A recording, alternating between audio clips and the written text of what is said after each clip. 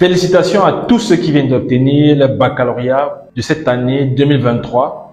Alors maintenant, tu es titulaire de ton baccalauréat.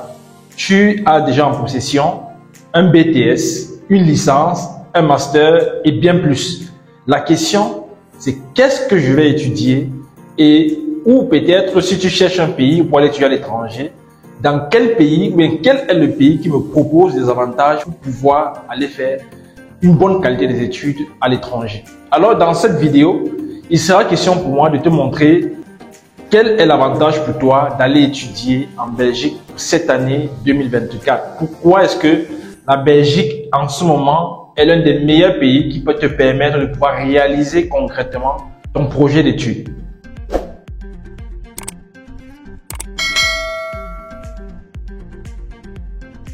Bonjour à tous et à toutes, j'espère que vous allez bien. Alors bienvenue dans cette vidéo et bienvenue sur Réussi en Belgique. Si tu es nouveau sur la chaîne et que tu fais partie de toutes les mêmes personnes qui viennent d'obtenir soit le diplôme ou bien qui nous découvrent, je t'invite premièrement à t'abonner à la chaîne Réussi en Belgique pour faire partie de cette communauté, pour vous montrer comment vous pouvez faire toutes vos démarches par vous-même et pour vous donner surtout la bonne information. Ensuite, je t'invite à mettre un pouce à cette vidéo afin de la référencer de telle sorte que la vidéo parte autour de toi à toutes les personnes qui ont besoin aussi d'avoir la bonne information comme toi. Alors, pour ceux et celles qui ne me connaissent pas, je suis Roland Fofo, promoteur de l'Académie Réussi en Belgique, dont l'objectif principal aujourd'hui, c'est de permettre aux étudiants africains, peu importe leur zone géographique, de pouvoir faire leur procédure par eux-mêmes jusqu'au visa d'études.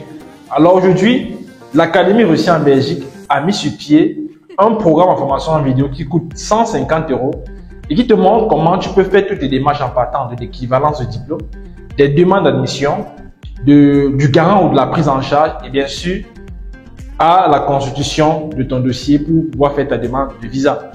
Dans cette vidéo, il sera donc question pour moi de te dire comment est-ce que tu feras pour étudier en Belgique dès 2024. Cela suppose que tu as le baccalauréat, tu as un BTS, tu as une licence, tu as un master, etc., etc.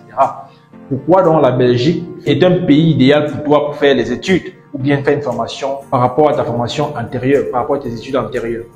Alors, premièrement, ce que vous devez comprendre sur la procédure de la Belgique ou bien pour les études en Belgique, c'est que pour que tu sois étudiant en Belgique, il faudra que tu traverses obligatoirement 4 étapes dans la procédure administrative afin d'avoir aussi ton visa pour aller poursuivre tes études en Belgique.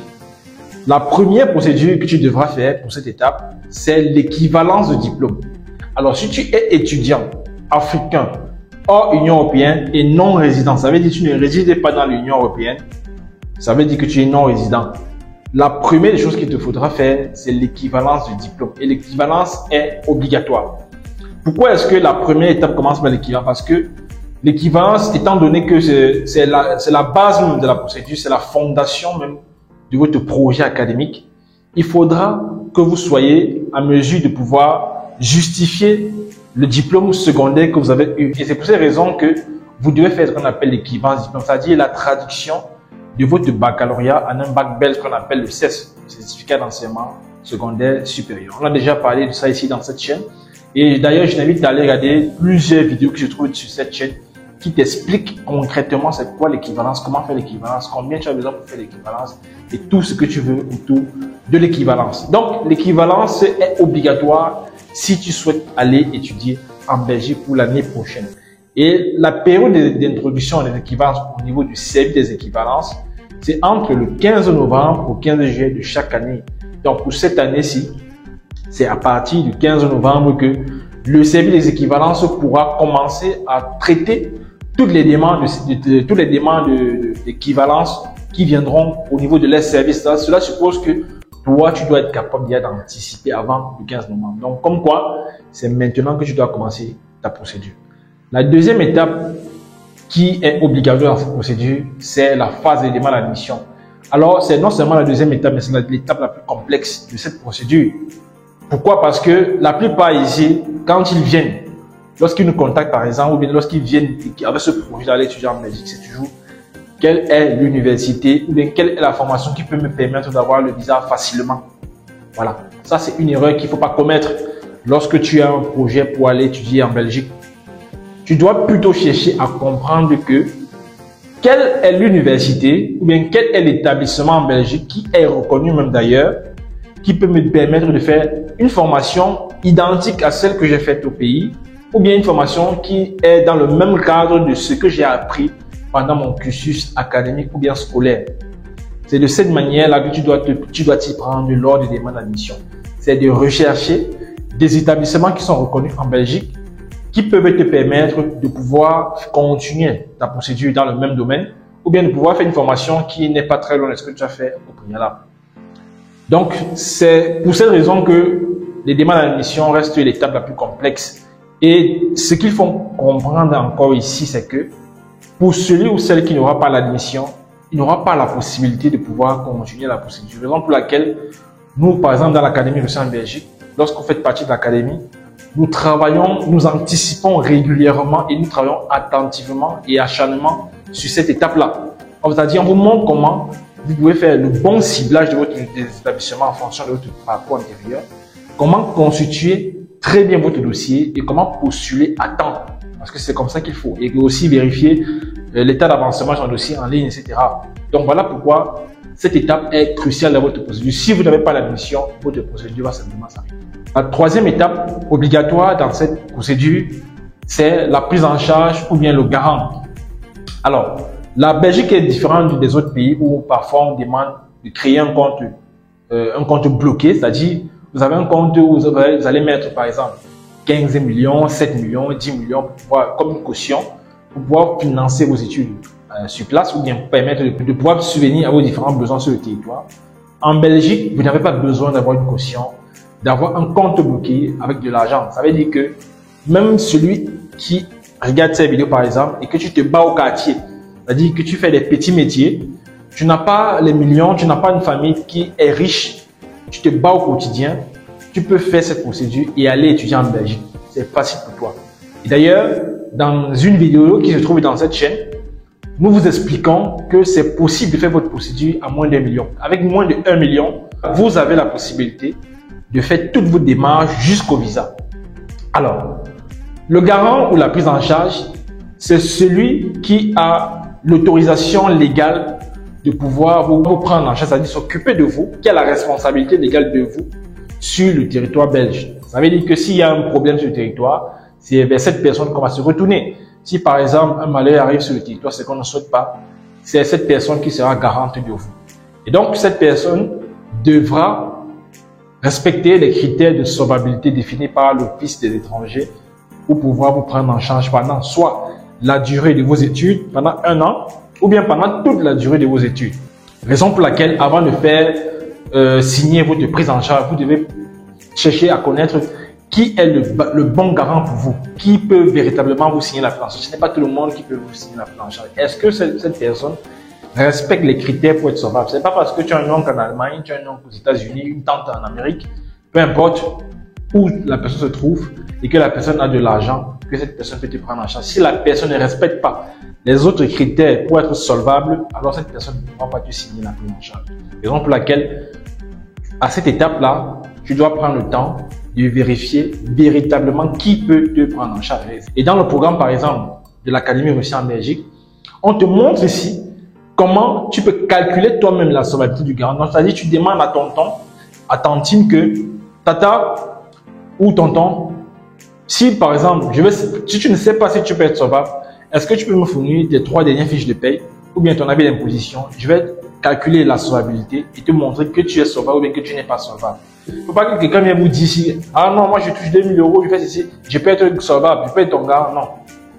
Dans ce programme, on te montre comment toi-même tu peux vérifier la solvabilité de ton garant. C'est comme ça que tu pourras être sûr que tu es un garant solvable. Et la dernière étape, c'est la demande de visa. La particularité maintenant avec la demande de visa, c'est que pour ceux qui sont au Cameroun, par exemple, ils vont faire ce qu'on appelle l'entretien au niveau de Viabel. C'est-à-dire c'est un entretien, un test psychotechnique qui a objectif de connaître quelles sont vos motivations, quel est votre projet d'études, votre projet professionnel, pourquoi est-ce que vous allez étudier en Belgique, pourquoi est-ce que vous avez choisi la Belgique et qu'est-ce qui vous a motivé à faire le choix de ce pays ou de la formation en question.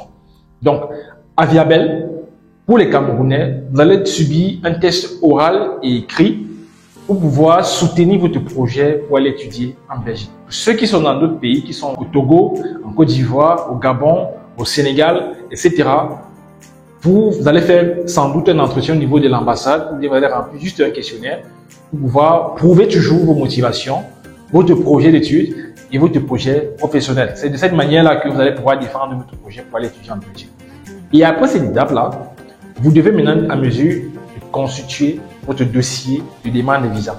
Dans la constitution du dossier de la demande de visa, vous devez mettre notamment tous les documents, relevés de notes, etc., diplômes, actes de naissance, passeport, pour pouvoir faire le dépôt de votre demande de visa. Et toujours sur cette chaîne, si tu es nouveau, il y a plusieurs vidéos qui expliquent ces différentes étapes et plus sur la phase de la demande de visa parce que beaucoup, lorsqu'ils obtiennent l'admission, ils sont fiers parce que bon, avoir l'admission, ça ne veut pas dire qu'on a le visa.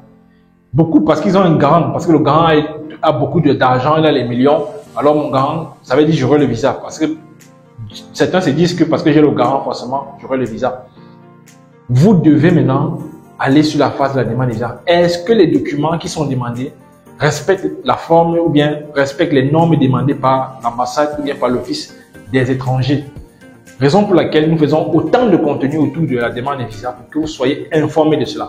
Et bien sûr, pour ceux qui bénéficieront ou bien qui auront l'opportunité d'intégrer l'Académie Réussie en Belgique pour cette nouvelle année, et je t'invite vraiment à intégrer parce que tu verras quelle est la grande différence entre avoir du contenu sur les réseaux et un contenu de formation, d'accompagnement. Tu verras vraiment quelle est la différence. Pourquoi est-ce que nous avons décidé de mettre ça sur pied?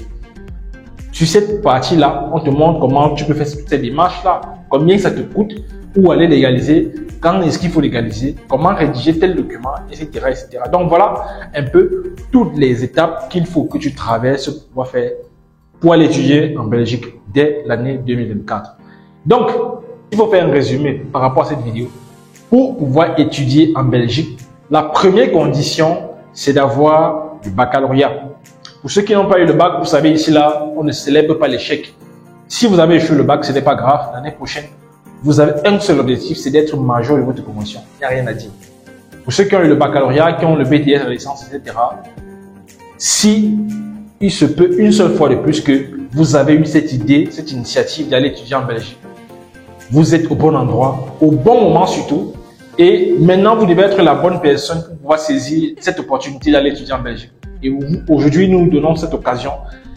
L'Académie Réussie en Belgique vous donne l'opportunité, à travers son programme, de vous accompagner, vous montrer comment faire les démarches par vous-même. On vous a tellement fait croire que pour pouvoir aller étudier en Europe, particulièrement en Belgique, il faut des millions, il faut une personne qui réside obligatoirement sur place, il faut, par exemple, quelqu'un qui est ici, qui peut t'aider pour te montrer certaines choses. Non. Aujourd'hui, nous te montrons que tu peux faire tout ceci toi seul et sans appeler quelqu'un pour dire Tata, j'ai besoin que tu m'aides, tonton, j'ai besoin que tu m'aides. Parce que nous avons travaillé dessus pour te faciliter cette procédure. Alors, j'espère que tu auras compris que tu dois saisir cette opportunité. Et maintenant, si tu veux aller étudier en Belgique, c'est maintenant que tu dois commencer la procédure. Il n'y a pas à attendre l'année, le mois prochain, l'année prochaine, etc. Si tu es prêt, c'est maintenant que tu dois t'engager. Et d'ailleurs, même tu achètes ton visa, seulement il y a uniquement 150 €. Donc, si tu as aimé la vidéo, je t'invite à la liker afin de la référencer. Je t'invite à mettre en commentaire une question que tu peux avoir suite à cette vidéo par rapport à la procédure pour aller étudier en Belgique pour l'année 2024. Je t'invite également à partager cette vidéo autour de toi, à ton entourage, à ta famille, à tes parents qui ont peut-être un projet pour toi et qui ne savent pas réellement comment est-ce que ça se passe. Alors aujourd'hui, grâce à nous, on peut leur donner les informations pour pouvoir t'aider, pour te montrer comment aller dans le bon chemin pour que tu puisses aussi avoir ton visa, comme la majorité des étudiants ici dans l'académie aussi en Belgique qui ont déjà obtenu le visa. Alors je te dis merci d'avoir regardé attentivement cette vidéo et disons nous rendez-vous à la prochaine vidéo.